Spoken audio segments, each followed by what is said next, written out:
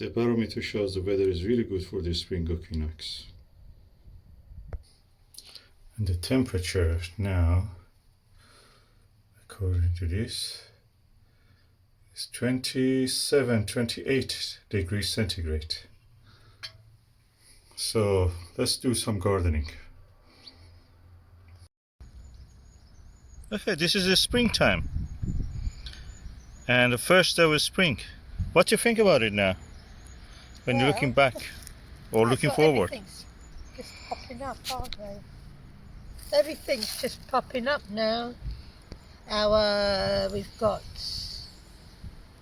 onions, haven't we? The garlic. Garlic. We have kale. And we've got kale. And with some, yeah.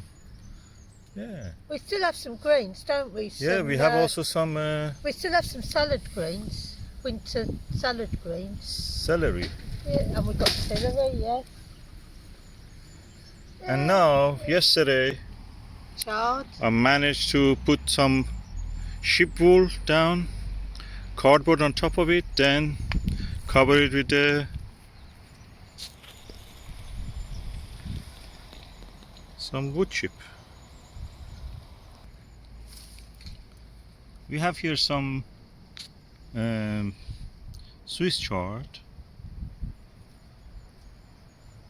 a few turnips left over from the winter, and Persian cress and some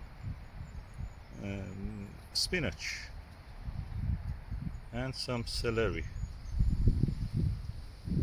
So what I'm going to do now is to clear these finished cabbages and lift up all the turnips and go for the next planting, which I think will be onions from set. This is the time to plant onion from set. Why? Because the major cold has passed. We have yet sometimes some frost in the early morning, but that major frost has passed. The plant will not think, if the frost comes, that it is winter, because the days will be warm anyway, and will not bolt, means going to seed, the onions. So this is the best time in the UK to plant your onions without the danger of going to having a onion which is in seed. These are the two varieties of the onion and the shallot that I'm going to grow.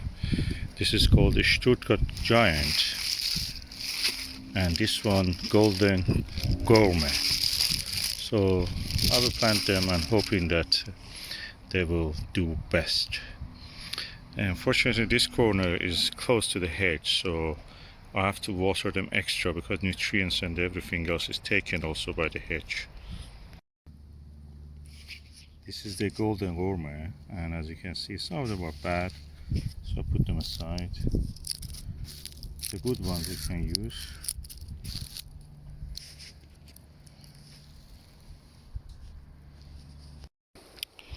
I use this stick as a broken handle of a broom, I think, as a dibber, and I dig holes every 25 centimeter, and I put a shallot in them. Let's just do this. And when I made the hole with the dibber, put my shallot like that. The tip of it is outside, so usually you can cover it if you want, because the birds may pull it out. If you see such a thing happen, just go and put it back. But I'm going to cover everything with a fleece. I have a fleece, so I'm using it. That way I'm not worried about anything happening to them. They can grow safely, and it also keeps them warm until warmer than a little bit, 1 degree, 2 degree warmer, until they grow big. And when you're planting, you have to look for two sides. This side is the root side, this side is the top side. So plant it on the root side down, and the top side up. In this way they will have the chance to grow.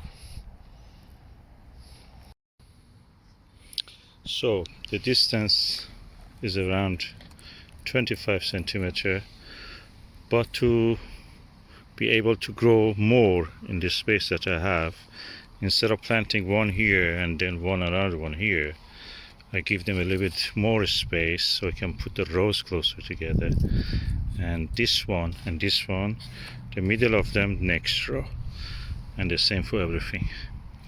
In this way I can have more space at the same time in the space that I have available. Why this space is important? With experience I've found it, and you already probably know that the more space you give to your shallots or onions or garlic, the bigger the bulbs will be.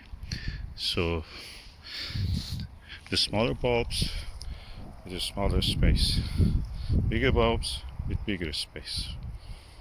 Prize winning onions and shallots grow in very their own pots, so or space that they have. They grow very well in that condition. And now planting of the onions and shallots are finished. I'm giving them a good soak of water. Then I will cover them with a fleece, so the birds will not pick them, thinking they are worm or some creature they can eat. The soil was very dry, so the surface I have to moisten it a bit.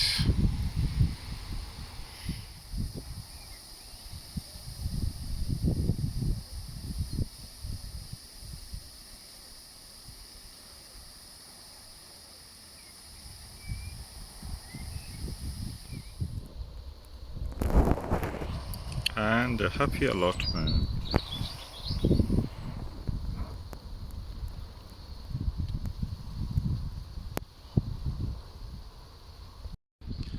And this is the end result. The beds are not covered again. And we go next for another bed.